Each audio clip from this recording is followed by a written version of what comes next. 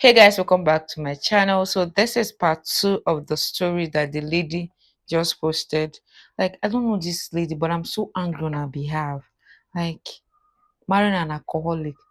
I would still say it. The alcoholic that I know is an evil person. So I don't know, anytime I hear story or somebody say, "Oh, I'm married to an alcoholic." Like, is that image or that one I know that always comes to my head because I know how evil he is. So me, I associate drunkenness with evil because he's always drunk, and even when he's sober he's plotting evil. Hmm. Guys, let's continue.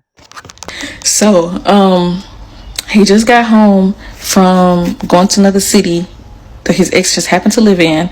And I'm thinking, okay, everything's gonna be cool, everything's gonna be dandy. He's able to reset now and we're gonna be great. No, that's not what happened at all. Things just continued to go downhill. He didn't get any better. He's got worse. Oh, and he just continued to like try to call his ex, and he kept saying like, oh, she reached out to me. I'm not stupid. You was calling her. So like that pissed me off. That our relationship was like really on thin ice. And I was praying to God, like writing in my journals, like, Lord, literally one page of my journal literally just said, God, please. That's literally it.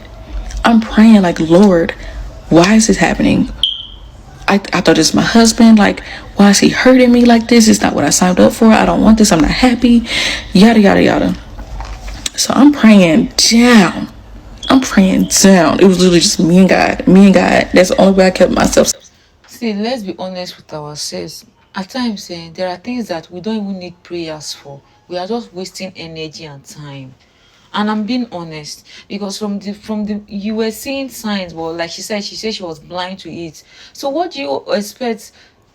Prayer will not do anything in this space when he's not even ready to do anything. That is who he is. So you are just unfortunate to put yourself in an ugly situation that you need to also take yourself out of, because God did not send you there.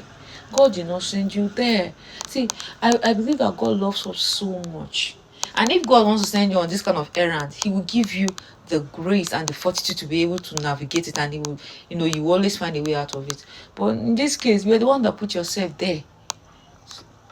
That's why I say, there are times that prayer will not save us from anything until we take ourselves out of that. That's the prayer we should be praying. God should give us the strength to take ourselves away from the situation that we put ourselves in, because He did not send us there in the first place. Saying. So, anyways, fast forward. He ended up blocking her. Fast forward.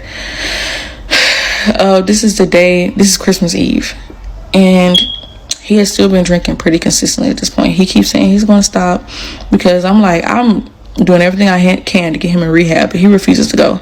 And if y'all know anything about rehab, the person has to pretty much be willing to go, and he was not willing. So,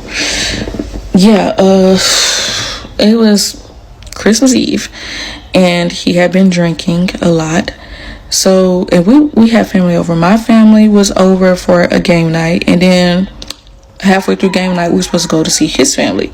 And so, I didn't know that he bought liquor, like a whole bottle of vodka that's about this big, this tall, and like a little bit wider than that. But a whole bottle of vodka.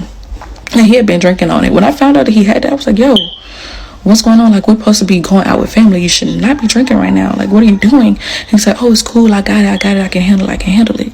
And I saw him pour one drink. But by the time a couple hours go from the time that he bought the bottles, it's time to go. It's only been like 2-3 hours.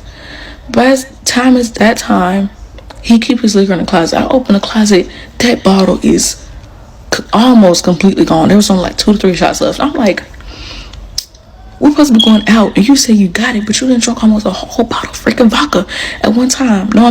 To start with, I won't even go out to somebody like that. Me. Hey, you will never see me outside with somebody like that. Me. It's not even pride. In fact, I'll call it pride. I pride myself so much that I hate embarrassment. Any inkling of somebody is going to embarrass me, the way I will stay off that person or stay off this environment, talk like me not taking you along somewhere. No, I'd rather go there and give them an excuse that you couldn't make it, and leave it at that. I'm sorry, it wasn't vodka, it was tequila. So he drank about a whole bottle of tequila within a couple hours. And you think that we're about to go be around your family, they're not going to notice? Like, come on now. So I'm pissed. Like, for me, that was the straw that brought the camel back. I was already thinking in my head, like, I don't want to do this no more. Like, I am so tired of this. I'm tired. I don't have nothing else to give. Even the little bit I had left to give, I don't want to give it no more. Like, clearly this man is not trying. He doesn't want this as badly as I do. So what is the point? So he's messed up at this point. So, but I'm trying to keep it together, because people who don't know him could be like, oh, like he just, maybe he just, got a lot of energy, or, something like that. People who don't know him like that wouldn't think that he was drunk until he started stumbling and stuff and slurring his words. But the person we were riding with, they knew him. The moment he opened his mouth to speak, they looked at me. I'm like, so that person turns around and say, oh no, y'all going back to the house. I ain't even mad at him, because I would have did the same thing. Okay, like, I get that. All right. So, but he's in the car mad, cussing, yelling. And I'm like, you're not finna disrespect this person like that. Like, stop talking to them like that. And he was mad at me because I wasn't defending him, but he lying to this person straight to their face. Lying. I'm not a liar. I don't like to lie. It eats me up inside. I'm not good at it. So I just don't say anything. I'm just like, I'm pissed. So I'm just staring out the window, shaking my leg like, I can't wait to get back to the house so I can chew this nigga out. I'm mad. So we get back to the house, and he slammed the door to the car, storms inside. I thank the person for the ride, apologize for everything, and I go inside. And this man already at the closet opening up the bottle of tequila. Like, he ain't already drunk enough. Like, he ain't learned his lesson. Already in there drinking, making noise while my family's in the house. My whole family's in the house, so they hear everything. The house not that big. So I'm like, go outside with that. I don't want my family to hear. My son is here. You need to go outside with that. So he did not want to go outside, but I took the bottle from him and like coaxed him outside like a cat with some catnip. I was like, just come on. You want it? Come on. So he eventually came outside, and I was telling him, like, I'm tired of this. I don't want to be with you. I'm pissed. You're lying. Like, he was trying to flip it on me. Like, this is your fault. You need to take accountability for your actions. You're not supposed to be drinking, but yet here you are.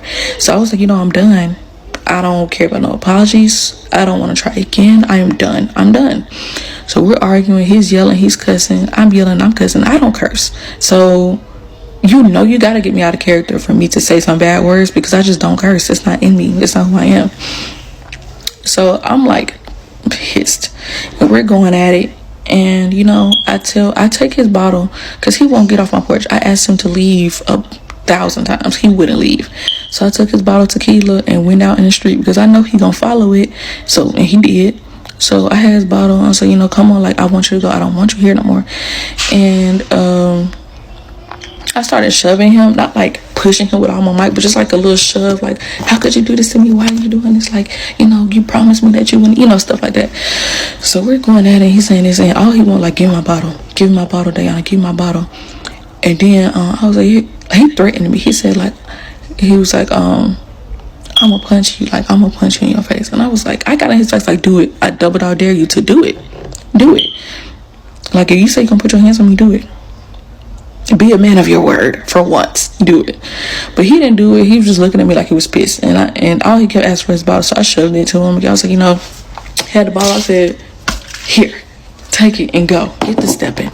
Like, it's illegal to walk down the street with an open bottle of liquor. But hey, not my problem anymore. Just go. I don't want to talk to you. I don't want to be with you. So I'm walking back on the porch, and he's following me. I had already locked the front door by this time, by the way. I had already locked the front door because I knew he was going to try to get back inside. So he's following me. He get back on the porch, and I keep telling him to leave. I was like, leave. I don't want you here. Leave. He refused to leave. Instead, he pushes me. He's pushing me at this point, and I got on heels, so I'm tumbling back, and the neighbors see everything. They're like, hey, man, chill. Y'all got to chill. Like, it's Christmas Eve. Don't do that. Whatever, man. Just leave her alone. Just go. No, he wouldn't listen. So he tried to go back in the house, but the door locked. So he banging on the door, ringing the doorbell. While my family is there, my son comes to the door to try to open the door. And I'm like, don't open the door. Don't open the door. Like, do not open the door. So my son sees me. He doesn't open the door. And by this time, my family is walking up to the door. My soon-to-be ex-husband looks me in my face with eyes so dark I don't recognize him. It was literally like he was possessed. Like something overtook him. He was not possessed anything. He's an alcoholic. What do you expect? So that because it will always bring the worst part of them out. He was not possessed anything. The alcohol possessed him. What he was already drunk to start with. Do you get? So Like it scared me. He looked at me. He grabbed both hands and put them around my neck and was strangling me. I'm hanging over the railing on the porch with my feet dangling. And time is moving by slow at this point. I don't have any idea how long he strangled me. It could have been 3 seconds, 30 seconds, 3 minutes. I wouldn't have known the difference because I was like out of body and things literally moved in slow motion. All I remember is staring at him with his hands around my neck, thinking like, this man that I love is strangling me. He has his hands wrapped around my neck, holding me over the railing of my front porch. Like there's bushes right there. I'm in the bushes. And he's strangling me. The man that I love is doing this to me. That's all I could think about. Then a family member of mine came out. He got him off of me. I called the police immediately as his hands off my neck. I called the police immediately. Like, come get this man. He claims he don't remember doing that.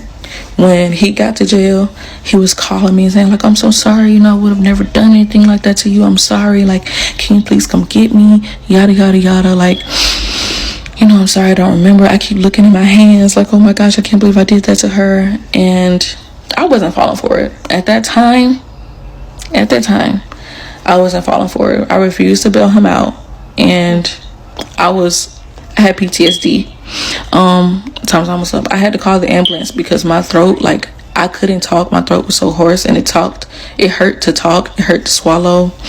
And I just had PTSD. I still do for a while. Anyways, next story in part two. hey, imagine somebody that was supposed to love you being the one trying to unalive you. Hey, you see why as Christians when they tell us don't be unequally yoked with unbeliever, we say yeah, yeah, yeah, we're supposed to love everybody. Because what business do you have with an alcoholic and someone that's not an alcoholic? Tell me, what business do you have? You guys don't have anything in common now. So allow the alcoholic to get married to an alcoholic, so that at least to an extent they understand each other. When they're in that their spirit, they know they can deal with each other. But not you, not you, not you. I'm so happy that she stood her ground, because some women would have gone to bail him out. And I'm sure the reason why he was calling her, because he must have been doing it to other women and they'll run and come and bail him. That's why he thought he could still do the same to her and she'll come and bail him out. Nonsense and ingredient. See, when I see women that misbehave like this, it used to annoy me. Going to bail a man out that nearly unalived you, he will still come back to the same house. And while we are on that same topic, why is a man moving in with you as a woman? Like I genuinely want to understand that. Is it the Western way of life? A man, a full-grown man, like with hormones of a man, moving in with you in the house you are paying bills for as a woman. Hey, and you tell me you want to marry him. I love him. Eh? Guys, I'll see you in part 3.